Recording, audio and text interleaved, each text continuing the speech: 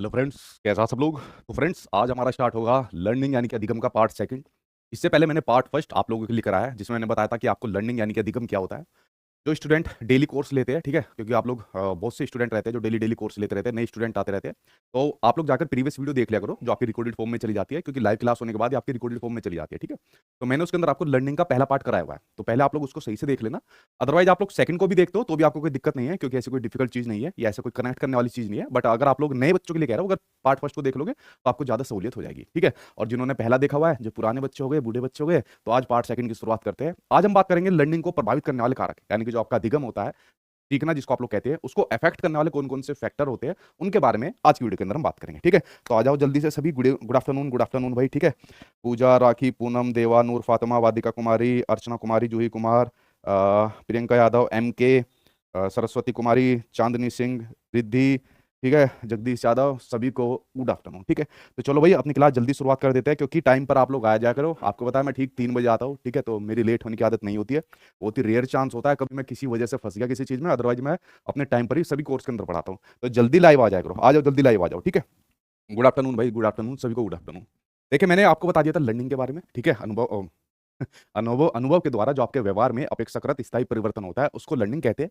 और फिर लर्निंग की विशेषता जितनी भी होती है, वो पार्ट फर्स्ट के अंदर मैंने आपको बता दी थी। आज मैं आपको बताऊंगा कि लर्निंग को प्रभावित करने वाले कौन कौन से कारक होते हैं। वैसे तो मेनली दो ही कारक होते हैं, हेरिडिटी और एनवायरमेंट, यानी कि आनुवंशिकता और वातावरण। बट मैं इसको थोड़ा डिटेल वे में आपको बताऊंगा, क्योंकि जो आपका ये सीटेट का एग्जाम है ना, और इसके बाद मान लीजिए आप लोग कोई भी टीचिंग का एग्जाम देते हो, और वहां पर जहां पर ये क्वेश्चन आ गया कि कौन सा फैक्टर या कौन सा कारक है जो लर्निंग को प्रभावित करते हैं, इनसे बाहर नहीं जाएगा आपका। क्योंकि मैं जो यहाँ पर आपके सामने स्क्रीन पर जो अपने आप से चीजें बताता हूँ, या मान लीजिए PDF के थ्रू आपको चीजें बताता हूँ, उसके अंदर ज्यादातर आपकी ऑथेंटिक किताबों का कंटेंट रहता है, NIOS का रहता है, NCERT का रहता है, आपकी स्टेट गवर्नमेंट की किताबों का कंटेंट इसके अंदर रहता है, और मेरा अनुभव इसके अंदर आपका शामिल रहता है। तो इसलिए आप लोगों को फिर कुछ इधर उधर पढ़ने की जरूरत नहीं पड़ेगी। बस प्रीवियस ईयर के क्वेश्चन प्रैक्टिस कर लिया करो, ठीक है, जैसे आप लोगों का सीटेट का एग्जाम है, क्योंकि इसमें तो ज्यादा बड़ी बात नहीं है। लेकिन अगर आप लोग किसी दूसरे एग्जाम के लिए भी चैप्टर पढ़ रहे हो लर्निंग का, तो लर्निंग का चैप्टर बहुत बड़ा चैप्टर है, क्योंकि मैंने आपको क्लास फर्स्ट के अंदर बताया था, इसके अंदर लर्निंग की बहुत सारी थ्योरीज आ जाती है, बहुत सारे सिद्धांत आ जाते हैं। और सीटेट वालों के लिए आपकी खुशखबरी है कि आपके एग्जाम में सिद्धांत नहीं आता, ठीक है, कि आपके एग्जाम में कोई सिद्धांत पूछ ले। बस आपके एग्जाम में कंसेप्चुअल चीज आती है, जैसे लर्निंग क्या होती है, लर्निंग की विशेषताएं पूछ लेगा, इसको प्रभावित करने वाले कारक पूछ लेगा, अजर्स एंड रीजन करके आपसे क्वेश्चन पूछ लेगा, ठीक है। और वो पूरी आपकी समझ पर आधारित होता है, इसलिए आपको चीजें रटनी नहीं है, चीजें समझनी है, क्योंकि फैक्चुअल क्वेश्चन नहीं आना, कंसेप्चुअल क्वेश्चन आपके एग्जाम में आना है। देखिए, अब मैं यहाँ पर बात करूँ आपके सामने लर्निंग यानी कि अधिगम को प्रभावित करने वाले कारकों की बात करूँ, तो पहला कारक मैंने लिया है बच्चा। पहला कारक कौन सा लिया है? बच्चा। कि लर्निंग को यानी अधिगम को प्रभावित कौन करता है? अधिगम को प्रभावित करता है जो अधिगम कर रहा होता है। अधिगम कौन कर रहा है इस टाइम पर? आप लोग अधिगम कर रहे हो, तो आप लोग हो गए बच्चे, बड़े बच्चे। लेकिन अगर छोटे बच्चे के संदर्भ में बात करी जा रही है, तो उनके बारे में भी बात कर लेंगे। चाहे बड़े बच्चे हो आप लोग, चाहे छोटे बच्चे हो, बच्चा लर्निंग को प्रभावित करता है। और बच्चा लर्निंग को कैसे प्रभावित करता है, उसके कुछ पॉइंट आपको बताता हूं। देखिए, जैसे कि पहला पॉइंट आपके सामने लिखा हुआ है, फिजिकल एंड मेंटल डेवलपमेंट, यानी कि बच्चे का जो आपका शारीरिक और उसका जो मानसिक विकास होता है। हालांकि विकास के जितने भी आपके डोमेन है, शारीरिक विकास, मानसिक विकास, सामाजिक विकास, संज्ञानात्मक विकास, ये चारों फैक्टर बच्चे के विकास को प्रभावित करते हैं। बट मैं एक एक करके आपको बताऊंगा, ठीक है, कोई जल्दी थोड़ी है, आराम से तसल्ली से समझेंगे, ठीक है। देखिए, अगर बच्चे का मान लीजिए फिजिकल डेवलपमेंट अच्छा नहीं है, मान लीजिए बच्चों का जो विकास है शारीरिक रूप से सही नहीं हुआ, या मान लीजिए फॉर एग्जाम्पल बच्चा किसी बीमारी से ग्रसित है, बच्चा किसी बीमारी से गुजर रहा है, ठीक है, बच्चा किसी बीमारी से गुजर रहा है, या बच्चे का शरीर उस प्रकार से डेवलप नहीं हो पाया जैसे अन्य सामान्य बच्चों का होता है, या बच्चों को मान लीजिए कोई डिसेबिलिटी हो गई, तो वो बच्चा जब किसी चीज की लर्निंग करेगा, किसी भी चीज को सीखेगा, क्या उसके ऊपर उसका प्रभाव पड़ेगा? नहीं पड़ेगा। फॉर एग्जाम्पल, मान लीजिए अगर किसी को बीमारी के अंदर मैंने ले दिया, किसी को बुखार हो गया, मान लीजिए आप लोग इतने लोग वीडियो देख रहे हो, ठीक है, मैं ये नहीं कह रहा आपको बुखार हो जाए, मान लीजिए आप में से किसी एक स्टूडेंट को बुखार हो गया, तो बुखार में क्या उसका मन करेगा कि मैं क्लास ले लूं, क्या मैं यहाँ पर कोई चीज नई चीज सीख लूं? नहीं मन करेगा। क्योंकि जब कोई बच्चा सामान्य होता है, कोई भी स्टूडेंट व्यक्ति सामान्य होता है, तभी उसका कुछ मन करता है, खाने पीने का, घूमने का, पढ़ने का, तभी मन करता है। जब शरीर ही ठीक नहीं होगा तो उसका क्या मन करेगा? लर्निंग का मन नहीं करेगा। दूसरा यहाँ पर दिया हुआ है आपका मेंटल डेवलपमेंट, यानी कि मानसिक विकास। जब बच्चे का मानसिक विकास ही यहाँ पर ठीक नहीं होगा, ठीक है, यानी कि मानसिक विकास की अगर मैं बात करूं, उसका बौद्धिक विकास उस प्रकार से परिपूर्ण नहीं हुआ होगा। उसके यहाँ पर मेंटल एबिलिटी क्या लिखा है? हाँ, ये लिखा हुआ यहाँ पर, आपकी जो इंटेलिजेंस होता है, इंटेलिजेंस लेवल या मेंटल एबिलिटी उस प्रकार से विकसित नहीं होगी जैसे बाकी दूसरे बच्चों की हुई है। क्या वो लर्निंग कर पाएगा? अगर मान लीजिए कोई बच्चा जड़ बुद्धि का है, अगर कोई बच्चा इडियट है, जड़ बुद्धि का है, तो क्या उसकी लर्निंग अन्य सामान्य बच्चों की तरह हो पाएगी? नहीं हो पाएगी। तो उसका लर्निंग का ग्राफ कैसा जाएगा? उसका लर्निंग का ग्राफ नीचे जाएगा। ये लर्निंग का ग्राफ कैसा होता है, इसके प्रकार कैसे होते हैं, ये पार्ट 3 के अंदर हम लोग पढ़ेंगे, ठीक है। हालांकि आपके एग्जाम में एक क्वेश्चन इनडायरेक्ट वे में पूछा था आज तक सीटेट के इतिहास में, जब से 2011 का पेपर हुआ है, इनडायरेक्ट वे में एक क्वेश्चन पूछा था। अदरवाइज लर्निंग ग्राफ आपके एग्जाम में नहीं आते, टेट वगैरह क्या दूसरे एग्जाम के अंदर आते हैं, बट कराना मेरा फर्ज है। आप लोग क्या पता वो बाई चांस इस बार आ जाए, ठीक है। इसलिए मेरी पूरी कोशिश रहती है कोई भी चीज ना छोड़ू, ताकि 30 वाला मैक्सिमम मेरे स्टूडेंट यहाँ पर ला सके, ठीक है।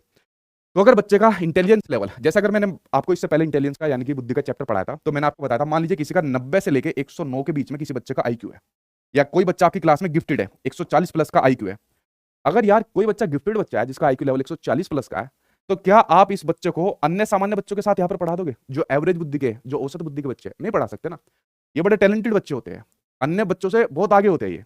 तो यहाँ पर बच्चे के मेंटल डेवलपमेंट के ऊपर डिपेंड कर रहा है, उसके आईक्यू लेवल के ऊपर डिपेंड कर रहा है कि अगर बच्चा कोई जड़ बुद्धि का है तो उसकी लर्निंग का ग्राफ कम होगा। अगर कोई बच्चा एवरेज है तो एवरेज का ऊपर नीचे कुछ ही हो सकता है। अगर कोई बच्चा गिफ्टेड है तो इसका लर्निंग का ग्राफ कैसा होगा? लर्निंग का ग्राफ बढ़ेगा। क्यों? क्योंकि इसका मानसिक विकास यहाँ पर हो चुका होता है, और जिसका नहीं होता उसका लर्निंग का ग्राफ कम होता है, यानी वो चीजें सही से नहीं सीख पाता। अगली पॉइंट यहाँ पर आपके सामने दिया हुआ है, सीखने की तत्परता, यानी कि सीखने की तत्परता, रेडीनेस टू लर्न। देखिए मैंने कहा आपके अधिगम के अंदर कई सारे सिद्धांत आते हैं, कई सारे मनोविज्ञानिक आते हैं, बट सीटेट के एग्जाम में नहीं आते। आज तक ईएल थोंडाइक आपके सामने पूछी गई है, वो भी सिर्फ 2 बार आई है, और पिछले कई सालों के पैटर्न से वो भी देखने को नहीं मिले, ठीक है। अदरवाइज आज तक 2011 से लेकर अभी तक आपके मनोविज्ञानिक मतलब नहीं पूछे गए। तो ईएल थोंडाइक ने सीखने के नियम बताए थे, प्राथमिक नियम और गौण नियम। आपको अभी जानने की जरूरत नहीं है, जब आगे पढ़ाऊंगा यानी किसी और आगे के एग्जाम के लिए आप लोग आओगे तब मैं आपको बता दूंगा।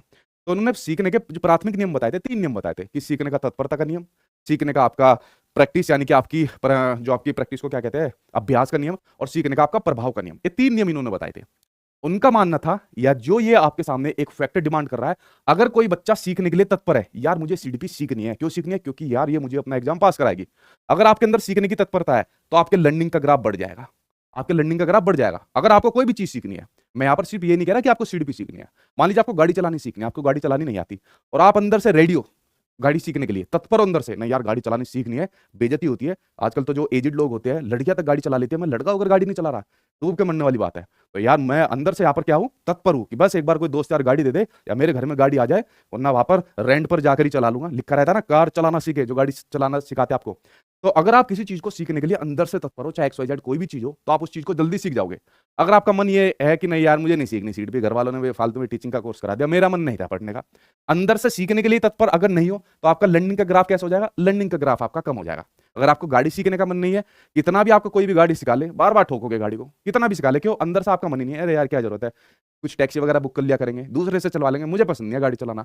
अब आपका कोई कितना भी सिखा ले, आप गाड़ी ठोकोगे ही ठोकोगे, क्यों? अंदर से मन नहीं है करने का। और अगर आप अंदर से सीखने के लिए तत्पर हो, तो पता है यहाँ पर आप क्रिएटिविटी भी कर जाओगे, कुछ रचनात्मक तरीके से आप लोग सीख जाओगे, अगर आप किसी चीज को सीखने के लिए अंदर से तत्पर हो। उसके बाद मैं दूसरा पॉइंट बताता हूं, क्योंकि मैंने 3 आपके थोंडाइक के आपके यहाँ पर नियम बताए थे। प्रैक्टिस यानी कि अभ्यास की बात करते हैं। बार बार मैं आपके सामने कोट कहता हूं, वो क्या कहता हूं कि practice makes a man perfect. ठीक है, कि जो भी व्यक्ति जितनी ज्यादा प्रैक्टिस करेगा उतना ही ज्यादा वो परफेक्ट बनता जाएगा। मान लीजिए मैंने कहा कि आप लोग सीडीपी की जितनी प्रैक्टिस करोगे उतना ही परफेक्ट बन जाओगे, 30 में से 30 लेकर आओगे, दूसरे सब्जेक्ट में आप लोग बहुत अच्छा स्कोर करोगे। अगर आप लोग गाड़ी चलाने की जितनी ज्यादा प्रैक्टिस करोगे उतनी ज्यादा आपको गाड़ी चलानी आ जाएगी। क्या पता 2 टायर के ऊपर आप लोग गाड़ी चला दो, क्या पता गाड़ी को आगे से उठाकर आप लोग चला दो, क्या पता पहाड़ों के ऊपर आप लोग गाड़ी चलाते हुए ले जाओ, ठीक है। या मूवी के अंदर जैसे दिखाता है ट्रेन के ऊपर से गाड़ी चला दो, ठीक है। पता नहीं वो ट्रेन के ऊपर से गाड़ी कैसे कुदा देते हैं, ट्रेन चलती रहती है और गाड़ी चलाने वाला ऊपर से कुदा देता है, आज तक समझ में नहीं आई, ठीक है। तो जब भी ऐसी मूवी देखते हैं तो उसमें साइंस के जितने भी नियम है, जो गुरुत्वाकर्षण के नियम है, उनको आप लोग छोड़ दिया करो, ठीक है। तो यहां पर मेरा पॉइंट था, अपने पॉइंट पर आता है कि अगर कोई व्यक्ति जिस चीज की जितनी ज्यादा प्रैक्टिस करता है वो उतना ही जल्दी और उतना ही अच्छे तरीके से उस चीज को सीखता जाता है, यानी कि उसका लर्निंग का ग्राफ भी कैसा जाएगा, उसका लर्निंग का ग्राफ भी आपका बढ़ता जाएगा। ये बात आप लोग सहमत हो मेरी बात से? सहमत हो या नहीं सहमत हो? अगला पॉइंट आपके सामने मैच्योरेशन या परिपक्वता। जो आदमी, मैच्योरेशन कैसा आती है, मैंने आपको बताया था जब मैंने आपको डेवलपमेंट वाला चैप्टर पढ़ाया था, जो आदमी जितना ज्यादा आपका मैच्योर होता जाता है उतना जल्दी ही चीजों को सीखता जाता है।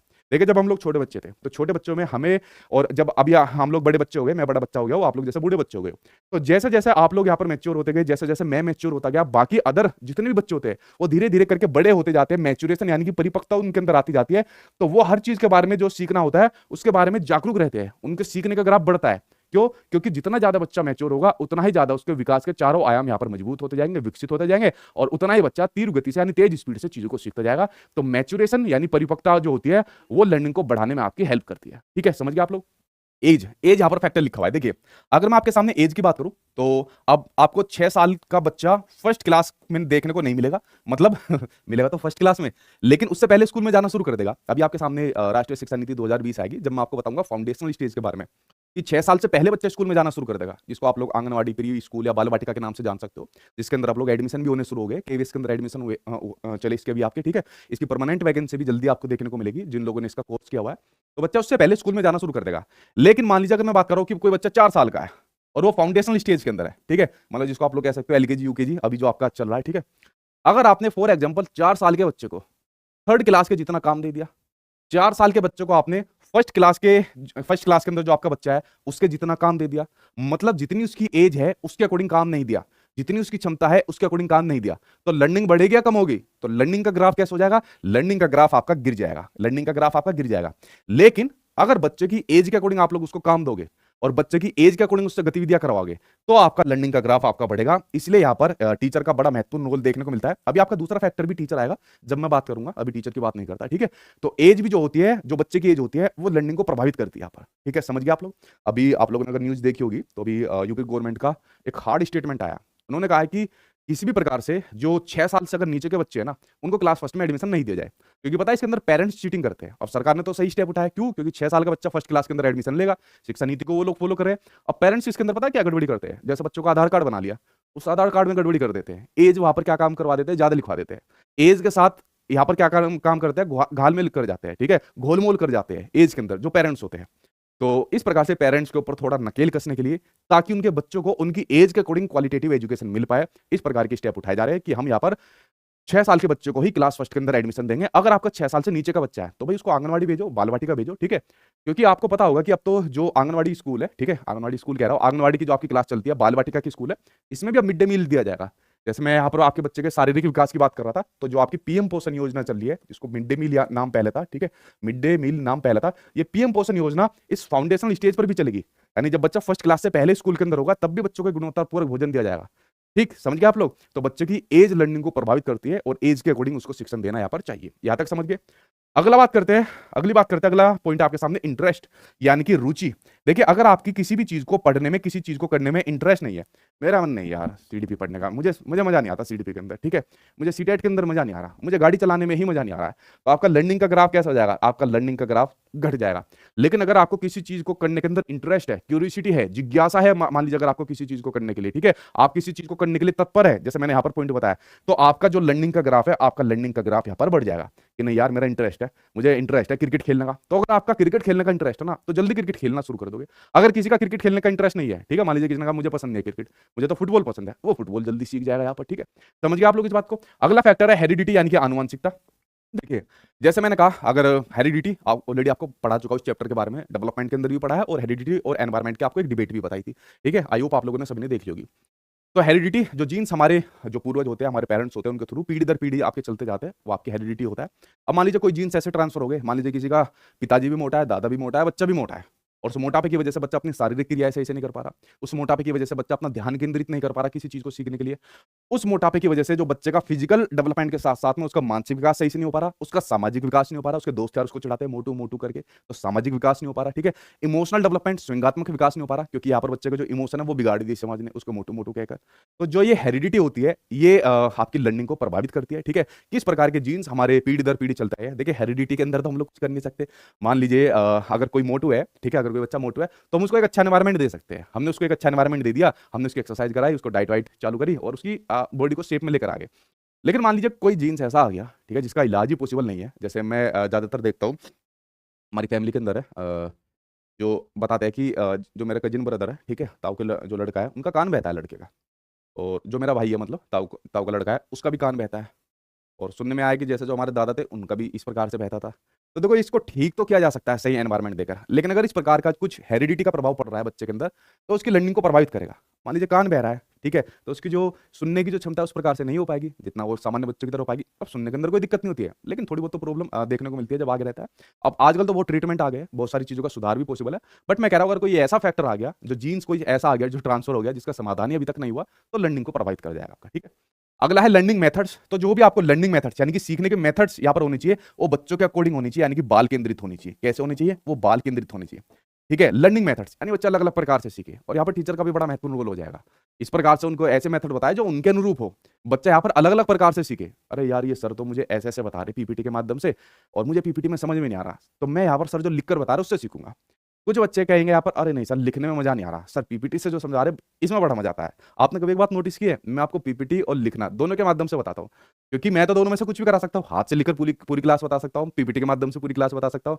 लेकिन आप में से ही बच्चे होते हैं जो क्या काम करते हैं, जो यहाँ पर उनको अलग अलग मेथड चाहिए, यानी सीखने का, लर्निंग का अलग अलग मेथड चाहिए। कुछ बच्चे कहते हैं सर पीपीटी पर बढ़िया समझ में आता है, कुछ कहते हैं सर हाथ से लिखा हुआ समझ में आता है। अब एक टीचर के सामने बड़ी गहरी समस्या है, ठीक है, और खासकर ऑनलाइन के अंदर तो और ज्यादा समस्या आ जाती है। इस समस्या को बहुत साल पहले ऑब्जर्व कर लिया था मैंने, ऐसा नहीं है, मैं खुद ऑब्जर्व करता रहता हूँ अपने, जो मेरा मेथड होता है ना टीचिंग का, मैं उसको भी ऑब्जर्व करता रहता हूँ कि मान लीजिए क्या दिक्कत आ रही है। अगर मान लीजिए कोई बच्चा कह रहा है सर आप इस चीज को ऐसा करा लीजिए, ऐसा करिए, तो मैं कभी भी नाराज नहीं होऊंगा, मैं उस पॉइंट को देखूंगा क्या ये पॉइंट वैलिड है, क्या सही बोल रहा है बच्चा, उसके ऊपर पूरा विश्लेषण करूंगा, और मुझे लगता है वैलिड बात है, फिर मैं अपने अंदर सुधार करूंगा। और यही एक टीचर को करना चाहिए, ठीक है, ना कि अच्छा तुझे समझ नहीं आ रहा यही तरीका है, तुझे पता मैं इंडिया का सबसे बेस्ट टीचर हूँ टीचिंग एग्जाम का, तुझे समझ में नहीं आ रहा, जा अपने पैसे लेकर वापस चला जा। ऐसा नहीं करना चाहिए, ठीक है। तो खुद को भी आत्ममंथन टीचर को करना चाहिए अपने मेथड्स के ऊपर, क्योंकि बच्चा अलग अलग तरीके से सीखता है, उसके लर्निंग मेथड्स कैसे होते हैं, अलग अलग प्रकार के होते हैं, ठीक है, सीखने के तरीके कैसे होते हैं, अलग अलग प्रकार के उसके तरीके होते हैं। जैसे इसी में अगर मैं आपके सामने एक पॉइंट ले दूं, पॉइंट ले देता हूं आपके सामने लर्निंग स्टाइल्स, ठीक है, क्या पॉइंट ले देता हूं, लर्निंग स्टाइल्स ले लेता हूं, यानी कि जो सीखने की जो शैलियां होती है, क्या होती है, जो सीखने की शैलियां होती है, सीखने की शैली, कुछ भी आप लोग यहाँ पर लिख लो, सीखने की शैली। तो देखिए आप लोगों में से अलग अलग प्रकार की लर्निंग स्टाइल्स है, अलग अलग प्रकार की सीखने की यहाँ पर शैली है, ठीक है। आप में से कोई बच्चे क्या काम करते हैं, देखकर सीखते हैं, कोई बच्चा कैसा करता है, किसी चीज को देखकर सीखता है, ठीक है, कोई बच्चा किसी चीज को सुनकर सीखता है, कोई बच्चा किसी चीज को लर्निंग बाय डूइंग के माध्यम से सीखता है, यानी कि स्वयं करके सीखता है। कैसे सीखता है, लर्निंग बाय डूइंग, यानी कि स्वयं करके सीखता है, ठीक है। तो सीखने के अलग अलग मेथड्स है, अपने अपने सीखने के अलग अलग तरीके हैं। जैसे अगर मैं एक एग्जांपल दूं आपको, आप में से कुछ स्टूडेंट ऐसे जिनको एकांत में पढ़ना पसंद है, किसी भी प्रकार का शोर ना आए, किसी भी प्रकार की कोई आवाज ना आए, चुपचाप बस, तो वो लाइब्रेरी के अंदर चले जाते हैं। अदरवाइज अपने घर के अंदर कोई ऐसा रूम बना होगा जहां पर चुपचाप पढ़ते हैं, कोई भी शोर शराबा ना हो, एकांत में हो, ठीक है। तो कुछ स्टूडेंट ऐसे मिलेंगे, कुछ स्टूडेंट ऐसे मिलेंगे जो पढ़ते हुए भी गाने चालू कर देंगे, ठीक है, गाना चलता रहेगा और पढ़ते भी रहेंगे, घर में बात करते रहेंगे और पढ़ते भी रहेंगे। कुछ आपको ऐसे भी मिल जाएंगे, कभी ट्रेन वगैरह के अंदर जाओगे ना, मेट्रो वगैरह के अंदर, बसों के अंदर, ऐसे पढ़ते रहते, देखे आपने ऐसे कलाकार देखे, ऐसे किताब रहती है और मेट्रो के अंदर यूं खड़े हैं और उसको पढ़ते जा रहे उसको, ठीक है, पता चला पीछे जो है जेब कतरे ने उसका पर्स निकाल लिया। जो चीज पढ़ने की जहां पर उसको वहीं पर पढ़ना चाहिए, ठीक है। मैंने पता है क्या देखा है, जब एग्जाम का टाइम होता है, मतलब मैं भी इस चीज को अप्लाई करता था, ऐसे नहीं मैं नहीं करता था। एग्जाम से पहले ऐसे ऐसे धुरंधर धरती से चीर के निकलते हैं बाहर को, एग्जाम से पहले आएंगे वो एक दिन पहले, सर जी सीटेट का सिलेबस क्या है और कौन सा तरीका है, हमें पास करके बता दीजिए, आप तो बढ़िया पढ़ाते हैं। मैंने कहा तुझे क्या बताओ, जहां से तू धरती से निकला है वही दफन हो जा भाई, वहां पे एक दिन पहले निकलते हैं धरती के में से, ठीक है। कुछ एक हफ्ते पहले निकलते हैं धरती में से, सर जी हमने सुना आपकी सीटेट की मैराथन बहुत बेस्ट होती है, उनसे बहुत बच्चे पास होते हैं, जल्दी मैराथन दे दो, जल्दी जल्दी करा दो, हमें भी करनी है, ठीक है। तो उनको मैं नहीं दबाता, मैंने कहा चलो कोई बात नहीं, तुम्हारे लिए तो काम हो जाएगा। तो इस प्रकार के बच्चे आपने खुद भी रहे होंगे जो एग्जाम से पहले एग्जाम सेंटर के बाहर पढ़ते रहते हैं, सचिन सर के नोट्स पढ़ रहे हैं, सचिन सर की वीडियो पढ़ते हुए आपको देखने को मिलेंगे। तो हर किसी के जो आपका लर्निंग का मेथड होता है, सीखने का तरीका होता है, अलग अलग होता है, ठीक है। तो ये आप लोग समझ गए लर्निंग मेथड्स के बारे में, ये पॉइंट मैंने आपके सामने शेयर कर दिया था। मोटिवेशन, ये मोटिवेशन आपका पूरा का पूरा एक चैप्टर आएगा जिसका नाम है अभिप्रेरणा। अभिप्रेरणा क्या होती है, एक आंतरिक बल होता है जो किसी चीज को करने के लिए हमें क्या काम करता है, जागृत करता है, प्रेरित करता है। जैसे अगर आप लोग मान लीजिए मोटिवेटेड हो, किसी काम को क्या करना है आपको, सीटेट का पेपर आपको पास करना है, तो उसके लिए आपको जागृत कर रही है, ठीक है, कि ये लक्ष्य आपको यहाँ पर प्राप्त करना है। ये इंटरनल मोटिवेशन, एक्सटर्नल मोटिवेशन अभी नहीं बता रहा, मोटिवेशन वाले चैप्टर में पढ़ाऊंगा, पूरा का पूरा चैप्टर है यहाँ पर, ठीक है। लेकिन मोटिवेशन लर्निंग को प्रभावित करती है। अगर कोई आदमी मोटिवेटेड है और खासकर इंटरनल रूप से, आंतरिक रूप से मोटिवेटेड है, तो उसका लर्निंग का ग्राफ आपका बढ़ जाएगा। अगर मोटिवेटेड नहीं है, बस फॉर्म भर दिया जी हमने, तो हम तो बस ये देखना चाहते हैं सीटेट का एग्जाम कैसा आता है, हमारे तो घर वालों ने बोल दिया, तो उसका क्या हो जाएगा, लर्निंग का ग्राफ उसका कम हो जाएगा। समझ गए आप लोग इस पॉइंट को, यहां तक समझ गए। और कितने लोग ऐसे हैं जो एग्जाम से पहले पढ़ते हैं, क्योंकि आप लोगों के ज्यादा मैसेज आ रहे हैं, ठीक है। आप भी बच्चे हैं, ठीक है भाई, भी बच्चा, ठीक है। हाँ मैंने भी देखा है, सेंटर के बाहर आपकी वीडियो देख रही थी एक लड़की है अमृता पाठक बोल रही है, एक नहीं आपको अनेक बच्चे मिलेंगे जो एग्जाम सेंटर के बाहर आपको वीडियो के अंदर मेरी क्लासेस देखते हुए मिल जाएंगे। जब आप लोग ट्रेन में जाओगे, बस में जाओगे, वहां पर बच्चे आपको देखते हुए मिलेंगे।